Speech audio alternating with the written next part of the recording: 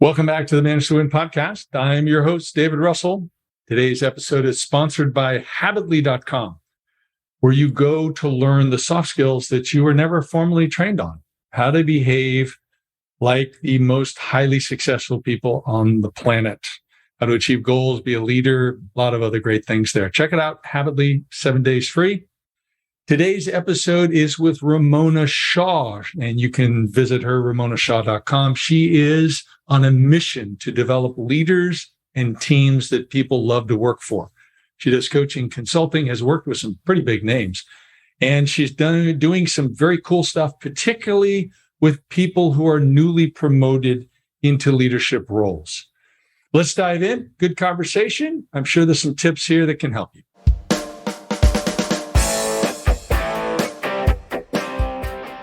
Welcome, Ramona, to the show. I'm really excited to have you on. Looks like you've worked with some really big brand names. You're doing some exciting things with your leadership coaching. So please introduce yourself to the audience and let's dive in. Yeah, thanks for having me on. My name is Ramona Shaw, and I work with teams. I work with individuals, specifically leaders, often new managers, people who have just transitioned into their first leadership role. And I support them through the process with coaching and training. Super grateful to be able to do this work. Otherwise, I live in the Bay Area near San Francisco. I have 3 kids and a little puppy as well. And yeah, that's about it. All right. Well, there's a lot behind that, though. So you're going in and working with a lot of new managers. What do you find are the biggest problems or challenges that they're having? Yeah. So I think that, there's one thing about a lot of people feeling the after effects of the pandemic or the still ongoing COVID struggles and moving into from remote setups back into hybrid settings, as well as a lot of fluctuations that we see with people leaving, joining new companies stalling hiring processes and all of that. So navigating these situations is definitely something that's top of mind right now for many of my clients. And I think generally when it comes to leadership, as we're looking at leadership development, I think there is this ongoing journey of growth that comes with being in a leadership role and never really stops. There's always something new to learn. And that may be having really difficult news to share. It may be letting go of people that aren't a good fit for the team or the organization, as well as how to make sure that the people that are on the team and that are delivering really good work, how do they stay motivated? How do I keep them engaged? And I provide to them an opportunity to contribute, but also an outlook in terms of career progression as we're moving into the later half or second half of 2022 and beyond with everything that's going on in the world. Well, you brought up 3 big areas there, but I'm wondering if we could start with actually the end there, because This is a fear of a lot of people. I've got a superstar. And are they truly engaged, or are they just telling me they're engaged? Yeah. Yeah. And there's a bit of the open question in the room of how do I bring this up? Do I say to someone, hey, if you ever think about leaving, please let me know ahead of time. Because leaders fear that what would happen. And I think it is a very important question to ask yourself, or ask for every leader to think about. What would it be like on our team if this person A were to leave or person B were to leave? And with 2 weeks notice, in many cases, how can I create an environment or a backup plan where we're prepared to handle any attrition that we see on a team or changes on the team without assuming that this is going to happen, but preparing yourself and that this may be coming up. And then what can you do to mitigate those risks? And that starts with having conversations. And ideally, they don't start with like, hey, if you want to leave, let me know. Maybe there's something we can do to bump your salary. That doesn't usually land well. But to have conversations around how they're doing at work and what career goals they have and how their current job is meeting their expectations, what they like to do more of, what they like to learn, what do they like to do less of, what's energizing them, and what may be some things that could get in the way of a lasting or an ongoing employment with the organization. What would be things that make them would make them want to leave, to get on top of it. And always, and to the extent that we can, there's never certainty, right? And we can't force people to tell us their truth. But at least as leaders, we can create the space to have these conversations by truly being present and then asking the questions that may, and creating a safe space where employees can share how they're doing and what they'd like to see different. That will make it more likely for them to stay. And I would assume you're not really getting called in very often for leaders who are fully engaged, right? It sounds like what you said early on. A lot of the people you're getting called in is, if someone was a superstar and now they need to start leading, but they've never really led. They've got some leadership attributes, but maybe not many skills. Is that right? Yeah, that's often the case. And it may also be people who are growing companies, right? If you think about the listeners here too, oftentimes someone may have a great vision or they're really good in a particular field that they're an expert in, and then they decide to build the business out of it. And slowly they start to hire people around them, and it turns into a team. And all of a sudden they find themselves in a leadership role. So like, wait a second. I didn't see that one coming, or I saw that coming, but didn't quite know what that actually meant day in and day out, where now a lot more of their time is focused on the people aspect. And they're moving away from the core of the business. Yeah, do you have maybe an example where this was difficult for somebody to make this transition, or even someone who couldn't make the transition and said, hey, I'd like to go back. I don't want to lead people. People are a pain. Yeah. And I think that's a good insight to have, right? Because if that's not something that feels energizing to us to help other people grow and create results through others, then maybe it is better for our happiness and the happiness of those around us to be in an expert leader role, right? Where we're leading with expertise, not on the people leader side. I think it's an important distinction to make, and for each of us to get clear on what do we actually want. And yeah, I can give you an example. So the example here I'm thinking about is I had someone who was clearly, and this is very typical, right? High achiever, high performer, smart, eager, driven, and they stand out. And then the company says, you're doing a really good job, and we have this opening, and we would like for you to step into this team leader role or this leadership role. And we're excited for you. So we'll let your peers know that you will become their boss. And then let me know if you need any help. We can talk about it. And that is, I see this all the time. And I think it's such a hard place for managers to be in, or new managers to be in, because on one hand, they get the message that, hey, what you're doing is great. Why don't you lead a team so you can create more people like you? Like, you can develop them to become like you, because we recognize you and reward you for the way that you've operated. And because you've been so good, we just assume you're going to do great in this leadership role as well. And it doesn't really highlight the fact that this is a huge transition. And I often say I think is the biggest transition in someone's career, because yes, the responsibility may not, may grow from like this, what am I called, looking like a soccer ball to a basketball, right? So increase it in size a little bit. But what changes the most is the mindset, the attitude, the identity that needs to shift. Because as an individual contributor, you're responsible for yourself and your results. And as a people leader, all of a sudden, what made you successful so far is not what will you successful as a leader going forward. And in fact, the things that probably made you really successful as an IC are actually getting in the way of being an effective leader. So this high performer with strong expertise, they may find themselves in a role where they think they need to have all the answers, or where they think that they need to be really directive and help people become more like them and tell them what to do. And so the example here that I'm thinking of is very clearly a person who was falling into that position, who was rewarded for being great and recognized for that. And then as a leader, she was trying to communicate to the people on her team to do work like she was doing it. That she thought that, well, I got rewarded and I got this role, so I am right. And I want to show you that I'm right. I'm going to tell you what to do because that's the right way to go about it.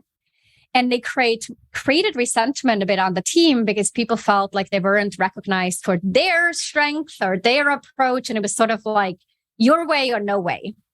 And I specifically heard someone say, I felt like I was a monkey on a keyboard. I was just executing whatever my boss told me to do. And the disconnect that was created through the process, eroded trust and engagement, and people started feeling demotivated. And it was not obvious. And I really, really can relate to this personally too, that as a manager in a situation like this is not an obvious thing. This is a blind spot because that person was really trying to do the best they could. And they thought they were doing the right thing. And that was what was expected of them as a boss or as a manager or leader, right? But noticing in that moment and through coaching and training to recognize, like, wait a second, what I did so far is not what I should continue to do. And instead, it's about leveraging people's strength and coaching them versus telling them what to do. And looking at ways that I can lead them in a way that they want to be led and meet them where they're at, not expecting them to meet me where I'm at. And the mindset shift through that changed a completely different dynamic on the team, where she got into the position where she had people telling her how much they are, really recognizing her progress and her efforts in changing and how engaged they feel and how much they trust her, and also recognize that she has their success at the top of the list, the priority list. And it was no longer about, one way to go, and this is how I'm going to be successful, but about how are you and how are we going to be successful? Yeah, it's interesting because I just was reading a description of a podcast on 21 Hats, I think it was, where there was a leader talking about how he grew his company for, I don't know, it was 8 years or longer. And he was a micromanager and he was cloning himself. Yeah. And just, very much do it my way. Yeah. And then after 8 years, 14 years, whatever it was, I don't know, he, got a 2x4 that hit him across the forehead. He woke up or something. And, and he realized, that, I'm not just transferring my strengths. I'm transferring all my weaknesses. Yeah. To my people. Oh, so good.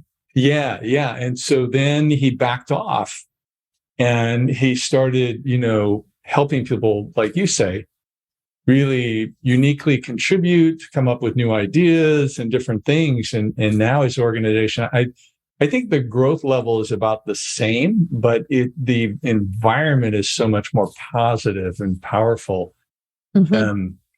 So that was a big change. I mean, you mentioned you have 3 kids. I have a few kids myself. And I remember when I moved up to Novato, you're in Marin, and I met with the soccer registrar, and he said to me, "Hey, Dave, I just want to give you a piece of advice. When you're out there with the kids on the field and there's a kid who's misbehaving, they're acting up, don't get angry, don't get upset, don't get frustrated. There's a problem at home." And it reminds me kind of what you're saying that you led into with the situation, that this person who got promoted, this woman who's highly talented, but she wasn't trained.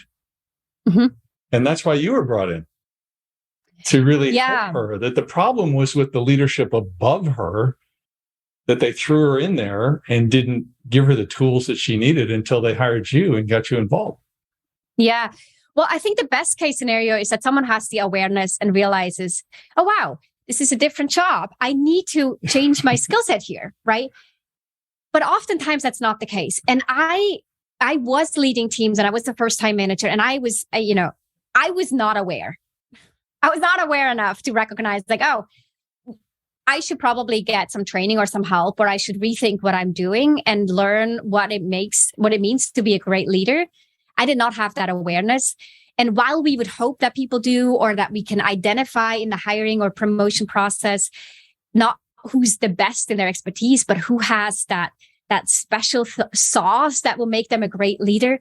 Those are all, hopeful approaches or admirable approaches. But in reality, oftentimes this is not the case. Like, it's not why people get promoted. We may not even have the option because, there's only one person that is ready for the promotion and we have to fill this role. And so that's the best shot we got. And the awareness might not always be there. And in those situations, I think this is where it really, this is really on senior leadership that needs to be on their radar to recognize when I promote someone, especially in a first-time leadership role, how can I set them up for success? Because the sad thing is that when people aren't set up for success, and I see this too, with people who get demoted after, leading a team, it weighs on their confidence. They probably resign at some point. So you lose your high performer. The retention on your team is probably pretty low because people will resign. We know that when the manager, their immediate direct manager is the biggest factor in why people leave, or has the highest impact on employee engagement. And so there's all this ripple effect and disruption that it creates in an organization. It is so broad. It literally is like the thing. There's the rock that falls in the water, and then the ripple effect, and there's a negative ripple effect that spreads pretty wide. So helping people be set up for success by helping them understand that this is a big transition and that there is support, there is mentorship. There's a lot of different, ways to go about it, and services or programs or internal resources to leverage, but helping build that awareness, I think, is really important, and simply the wise and the right thing to do from a profit perspective, as also just from a human perspective of how do we want to lead, and what kind of culture and environment do we want to create? Yeah, and I do agree. Depending on the size of the organization, there can be mentoring programs, maybe not even formal programs, but people that are just natural mentors. And then there's also the value of a coach that brings in an outside perspective, some other best practices type of thing. And you have to find out what works best for you. I'm wondering, what is like one of the most common things that when you're working with these new leaders or any leader, and it's just like a wow moment. It's like, oh, I never thought of that. Oh, and it's kind of like what you're saying with the example you just gave, where you can't make them clones of yourself. I think of minions. You can't make them your minions, Yeah. Yeah, totally. But, are there other things like that are, you see pretty commonly, and you have to help them look at it through a different lens, and they're like, oh, wow. And there's a major change that happens. So I think, there are many, but one of those moments that I think people come back often is when we talk about setting expectations and being crystal clear on what success looks like. People will come back to me and say like, oh my gosh, I had this conversation with my direct report and I realized how far off we were, or how much we've never talked about. And I'm so glad we had this conversation. What I'm saying, or to be more specific, we all work, and our brains love to work with assumptions, right? So we look at something, we make an assumption of what we think is expected and what we think is the right approach or behavior. That starts from small things such as what we think is an appropriate response time to an email or a Slack message. And when we research that, we actually see vast discrepancies from like 4 hours for an email to 4 days, what people think is appropriate. And it goes into bigger, broader conversations around what at the end of the year, what will your performance be measured on? I will look at whether or not you did a good job based on what. And when we look at sort of when I talk about, or in my programs, I always talk about we're building the foundation first, putting concrete on the ground and all that. Then we start building the walls and we build the roof. But at the bottom of this, the concrete that we're putting down to build that house is, understanding yourself as a leader and understanding the needs of those that you work with most closely. But equally important is to be really specific on the expectations that you have on them, as well as the expectations that your boss has on you. And even vice versa, what do they expect of you as the leader? But those conversations around expectations and clarity of roles and responsibilities I think it's overlooked because we may have like annual goals or something, but then all the nuances and all the implicit expectations or sort of the vague, ambiguous, just bring in new business. Like that is not clear of what that means. And being really specific at those and identifying what are actual misalignments. Those are big aha moments. And so much can come from this. It's a small shift in a conversation and it illuminates or highlights so many, it can sort of friction points. But down the road, frustration can be prevented, conflict, disappointment, underperformance, or perceived underperformance. So much can be prevented by having these upfront conversations to be 100% aligned on what is expected, what are your responsibilities, and that includes goals as well as behaviors.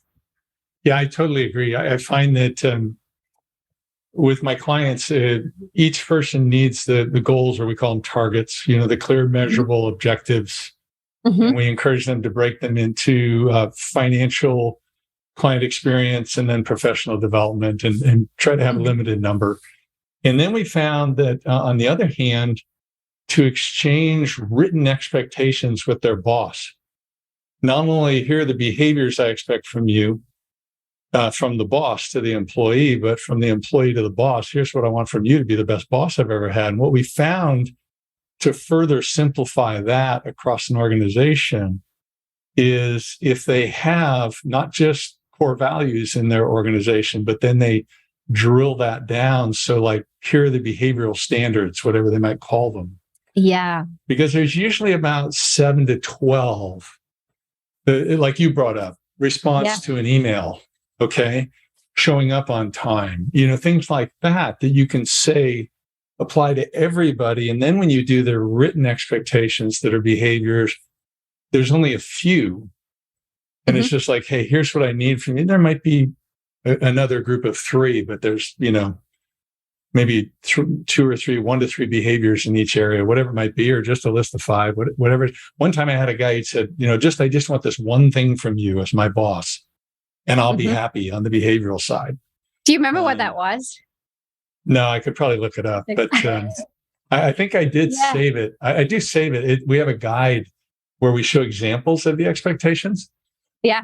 I could pull it up, but we find that those are really helpful. And actually, I didn't come up with the idea on the behavioral expectations. A friend of mine did many, many years ago. So a guy named Jed Boyce, Boies. He actually started the process with his wife. They exchanged written expectations, and they actually reviewed them every week. Yeah. On how well they're doing on this. Yeah. Yeah. So good. Yeah. And I think actually even this is even more important when teams are working in a hybrid setup or in a remote setup, because there's even more ambiguity in terms of the work hours, how much flexibility. Is it okay if I take a 2-hour lunch break to go to the gym or go outside? Is it okay if I work in the evening and then sleep in the morning?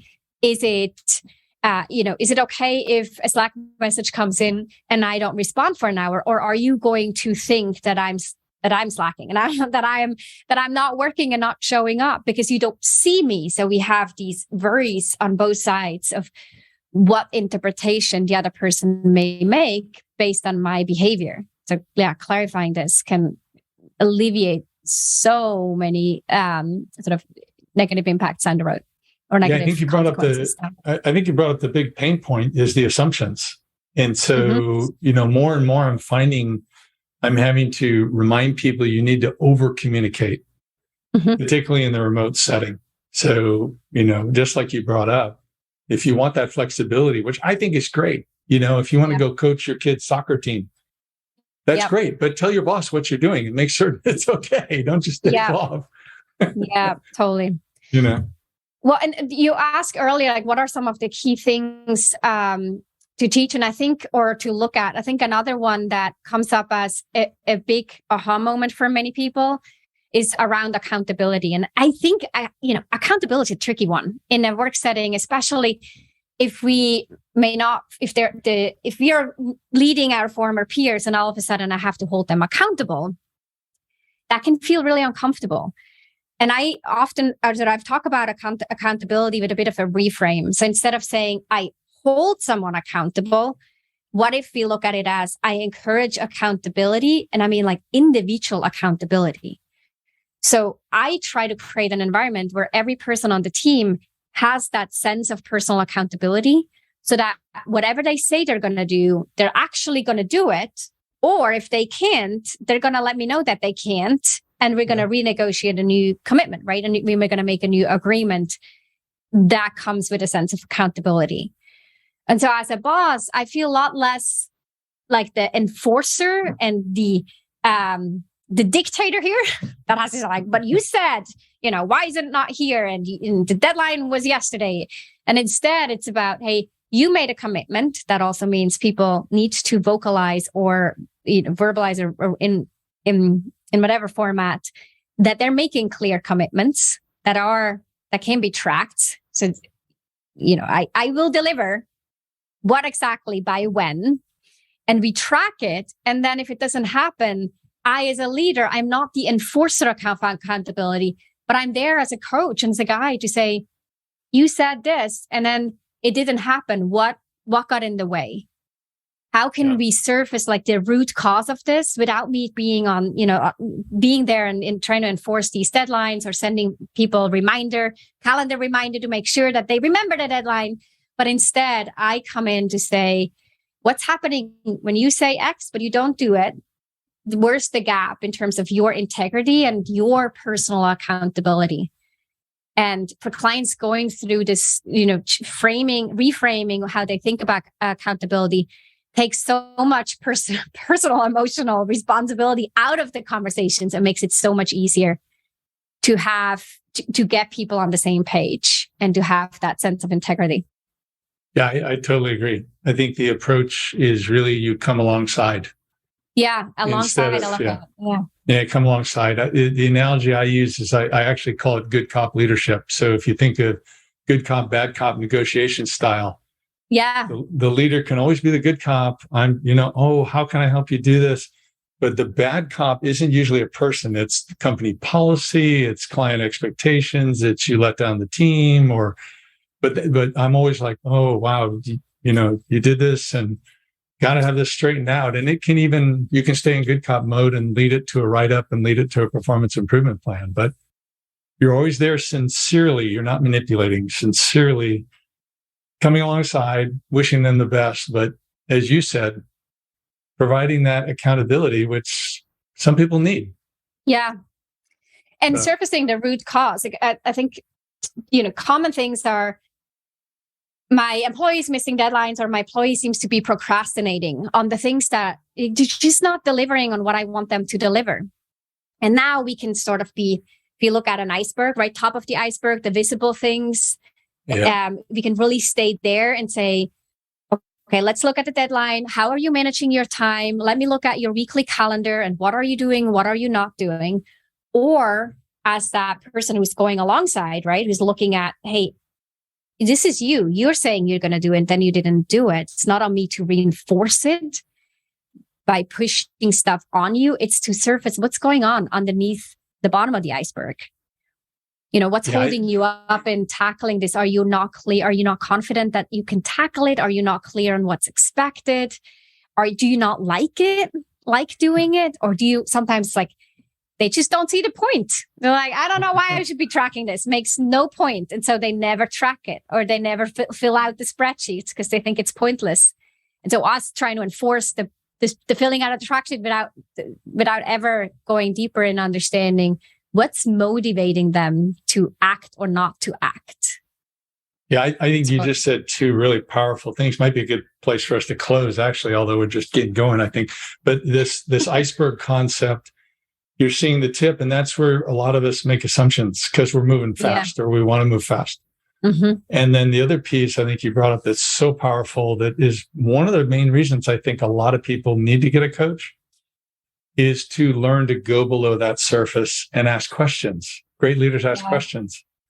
And that's what you're teaching your leaders how to do. And I think that's great. So if people want to get in touch with you, Ramona, want to learn more, want to do, I think you offer something, don't you? That's like a free investigative call or something like that. Oh, I like that. How would they reach you? Yeah, I do strategy calls to really look at what's going on and where do they want to go, what might be the gap in between. That's ramonashaw.com/apply. And ramonashaw.com is my website, but I also have a book on Amazon called The Confident and Competent New Manager. And since these some of the people here are podcast listeners, my podcast is called The Manager Track. And that's specifically for newer manager. And I want to say like their first 5 to maybe 10 years of their leadership career. Fabulous. Well, thank you so much for being on the show. This has been great. Thank you so much for having me. Thanks for tuning in today. Please don't forget to check out habitly.com to learn some great soft skills to help you personally and professionally. First 7 days are free. You can't go wrong. If you like the episode today with Ramona, please subscribe, leave us a comment or a rating. We'd love to hear from you, and stay tuned in. We've got great guests coming again and again and again. Bye for now.